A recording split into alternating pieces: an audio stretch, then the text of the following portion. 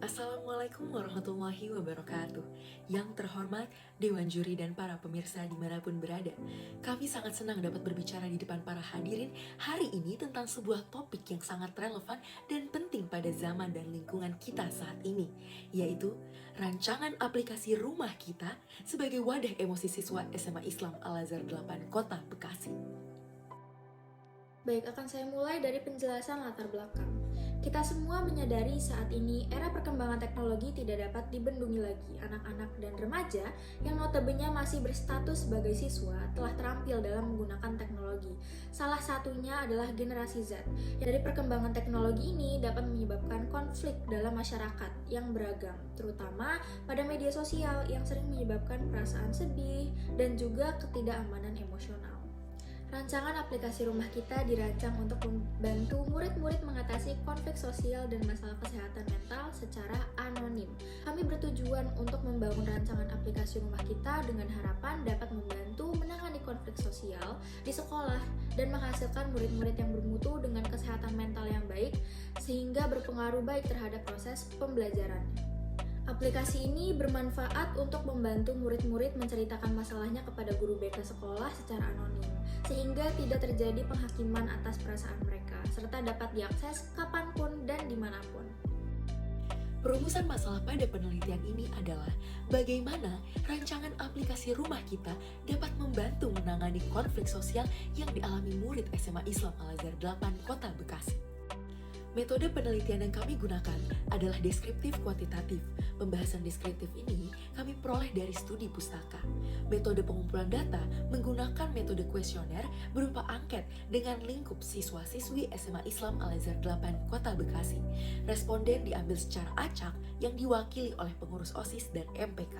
Sekarang kita masuk ke hasil dan pembahasan. Rumah kita dirancang khusus untuk murid-murid SMA Islam Al-Azhar 8 Kota Bekasi. Nah, untuk mengetahui minat murid-murid mengenai implementasi dari perancangan aplikasi rumah kita, instrumen pertanyaan angket dibuat dengan 5 pertanyaan dan pilihan jawaban antara ya atau tidak. Jumlah responden acak yang terkumpul sebanyak 60 murid dan dihasilkan data sebagai berikut. Sebanyak 53 murid setuju bahwa konsultasi kepada konselor BK di sekolah itu penting untuk kesehatan mental murid. Muhibin Syah 2003 mengatakan bahwa di antara pengetahuan-pengetahuan yang perlu dikuasai guru dan calon guru adalah pengetahuan psikologi terapan yang erat kaitannya dengan proses belajar mengajar peserta didik. Program bimbingan dan konseling sekolah selain bersifat komprehensif dalam ruang lingkup, namun juga harus bersifat preventif dalam desain. Yang kedua, sebanyak 40 murid merasa sungkan atau takut untuk konsultasi kepada guru BK yang ada di sekolah. Yang ketiga, sebanyak 59 murid setuju bahwa dengan adanya aplikasi rumah kita dapat membantu murid untuk konsultasi dengan konselor BK tanpa rasa sungkan atau takut. Pertanyaan keempat. Dari pertanyaan keempat ini menyatakan bahwa sebanyak 53 murid bersedia untuk konsultasi dengan konselor BK mengenai masalah individu dan non-individu melalui aplikasi rumah kita secara anonim. Karena ada fitur anonim untuk konsultasi yang tersedia di aplikasi rumah kita, sehingga mereka dengan sukarela membagikan masalah individu maupun masalah antar individu kepada konselor. Pertanyaan kelima. Dari pertanyaan kelima ini menyatakan bahwa sebanyak 59 murid meyakini dengan adanya aplikasi rumah kita dapat membantu menciptakan murid-murid SMA Islam Al-Azhar 8 Kota Bekasi yang bermutu dan memiliki kesehatan mental yang baik. Aplikasi rumah kita memiliki 2 fitur psikologis. Yang pertama adalah komunikasi interpersonal, yaitu komunikasi satu arah. Faktor utamanya adalah berasal dari keluarga. Penerapan dalam aplikasi rumah kita, contohnya menulis diary atau mendengarkan podcast. Kemudian fitur yang kedua adalah komunikasi dua arah.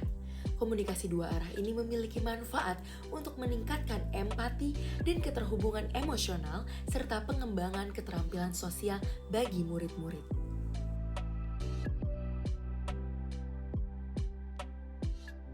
Alhamdulillahirrabbilalamin, terima kasih kepada Bapak Ibu Dewan Juri yang telah menyempatkan dan juga telah menyimak presentasi kami dari awal. Cukup sekian pemaparan presentasi dari kami. Wabillahi taufiq wal hidayah. Wassalamualaikum warahmatullahi wabarakatuh.